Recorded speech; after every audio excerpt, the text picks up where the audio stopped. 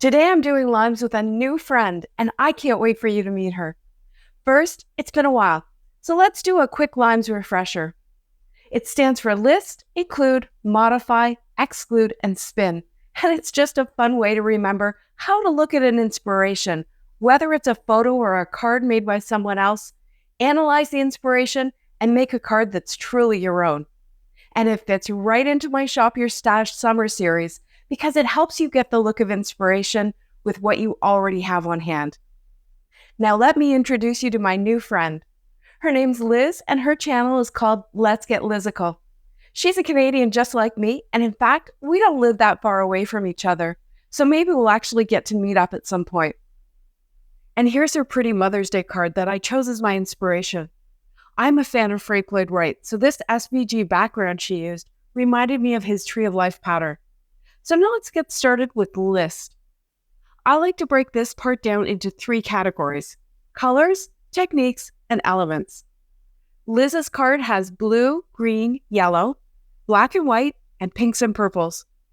She's used an SVG to cut her background panel, and behind that, I'm going to say because of the texture, she's used inks on a gel press. And she's done some stamping and coloring.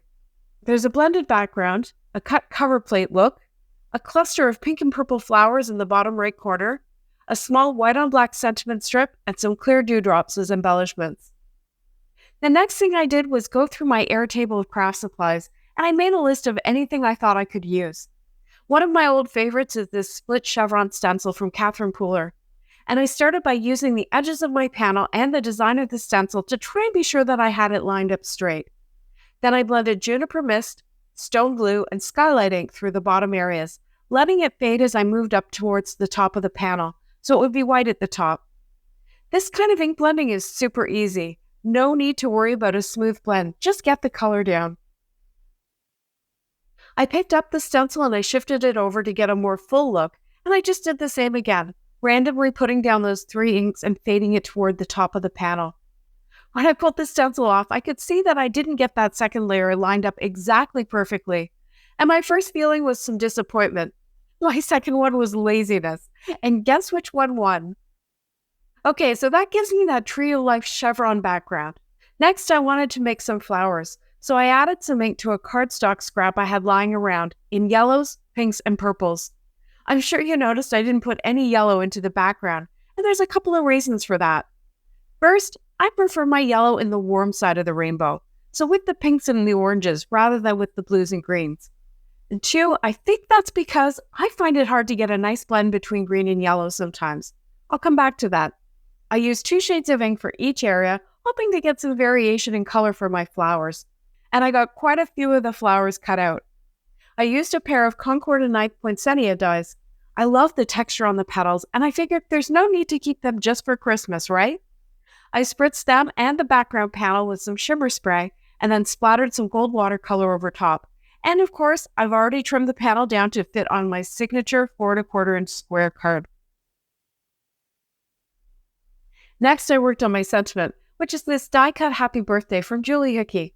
We had a big power outage a couple of weeks ago, and that gave me some time one afternoon to cut out quite a few of them to save time for future cards. I'm really enjoying this bouncy font and the fact that the sentiment is 2 separate words, which gives lots of flexibility in placement. I thought that given all the blue in the background, a black sentiment would just be too harsh this time, so I went with the juniper mist and with skylight. And when I'm coloring sentiments, I also like to do the back, just so that there's no little white bits peeking through. I also colored some dots with just the juniper to be the centers of my flowers. Big dot centers will make them look less like poinsettias, and so will leaving them as a single layer. I'll keep all the others for another time. One last finishing touch, and that was to just press the edges of my panel into that juniper mist ink pad. This gives some definition without any extra layers of cardstock, and I think it works well, especially with the white area at the top of my panel, to keep it from blending into my white card base. Now let's compare. I've included blue, yellow, pink, and purple. I've got that Tree of Life or chevron pattern, and I've used some clear dewdrops, although it's not easy to see them here.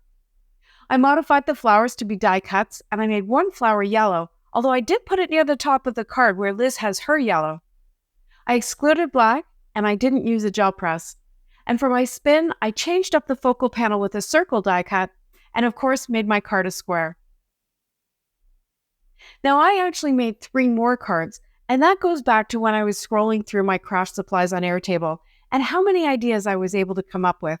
I'll keep them quick, but I really just want to show you that you don't need to rush out and buy anything new.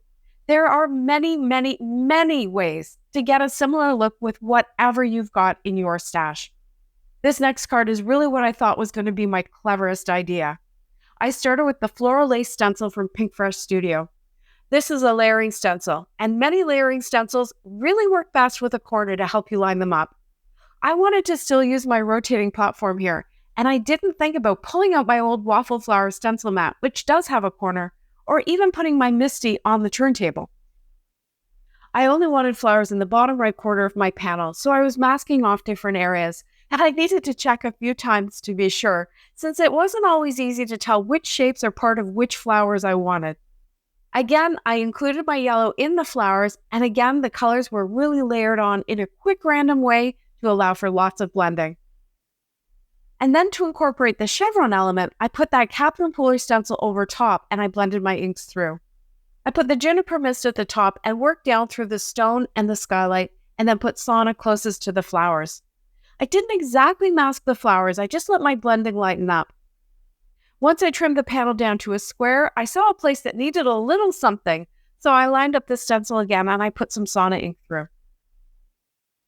Okay, for this one, I've included the colors, I've got the chevron background, I've got flowers in the right spot, and I've got the dewdrops. I modified the techniques to stenciling rather than gel plate, die cutting, and stamping and coloring. My sentiment is white on black, but it's a die cut, not a label. In the end, this one might be my favorite. I like how the colors kind of go in rainbow order from bottom to top, and I like how it looks like the flowers are in front of the chevrons. For my next one, I changed the layout completely by stamping a row of flowers from Ink Blot Shop down the center of my panel. Just quickly, I want to show you that I was struggling with my stencil and stamp tool here because I couldn't get the stamp to lie flat over that center mechanism in the lid. And it was only after I recorded all of this video, and yes, I did it again later, that I realized my lid was on the tool upside down. Don't do what I do, people. Just be smart.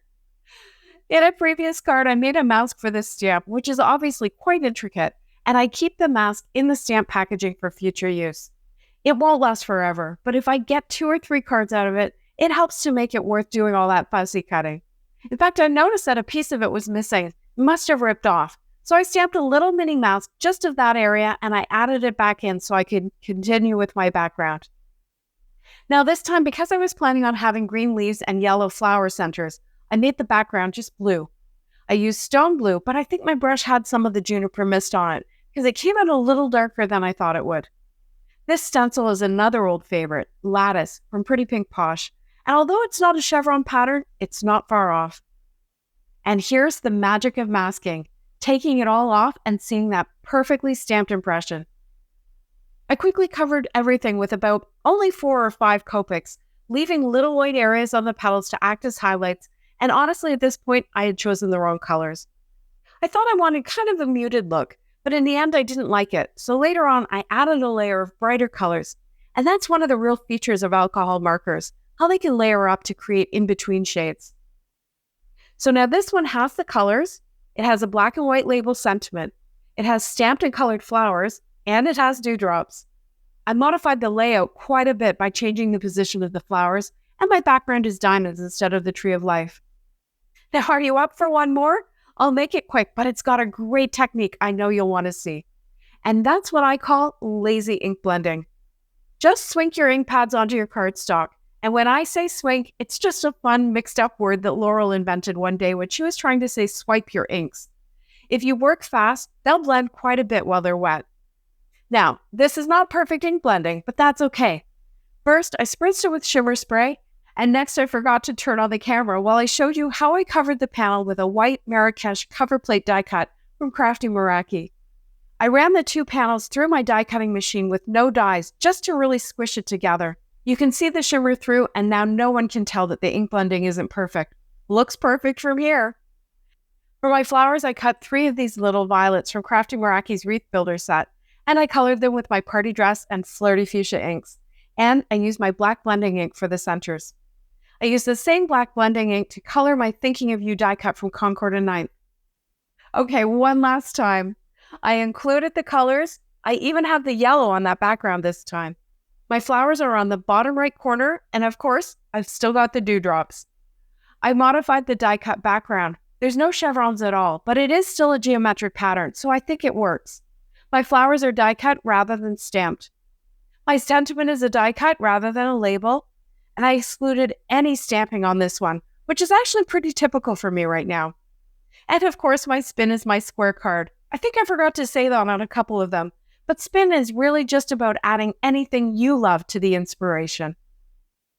Using lines is the best way to get over release envy, so it's perfect for Shop Your Stash summer, although honestly, if there was a Tree of Life cover plate, I'd buy that so fast.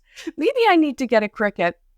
And now it's time to use this link to head over to Let's Get Lizical to see how Liz was inspired by one of my cards. I know you'll enjoy meeting her. Thanks so much for watching. See you next time.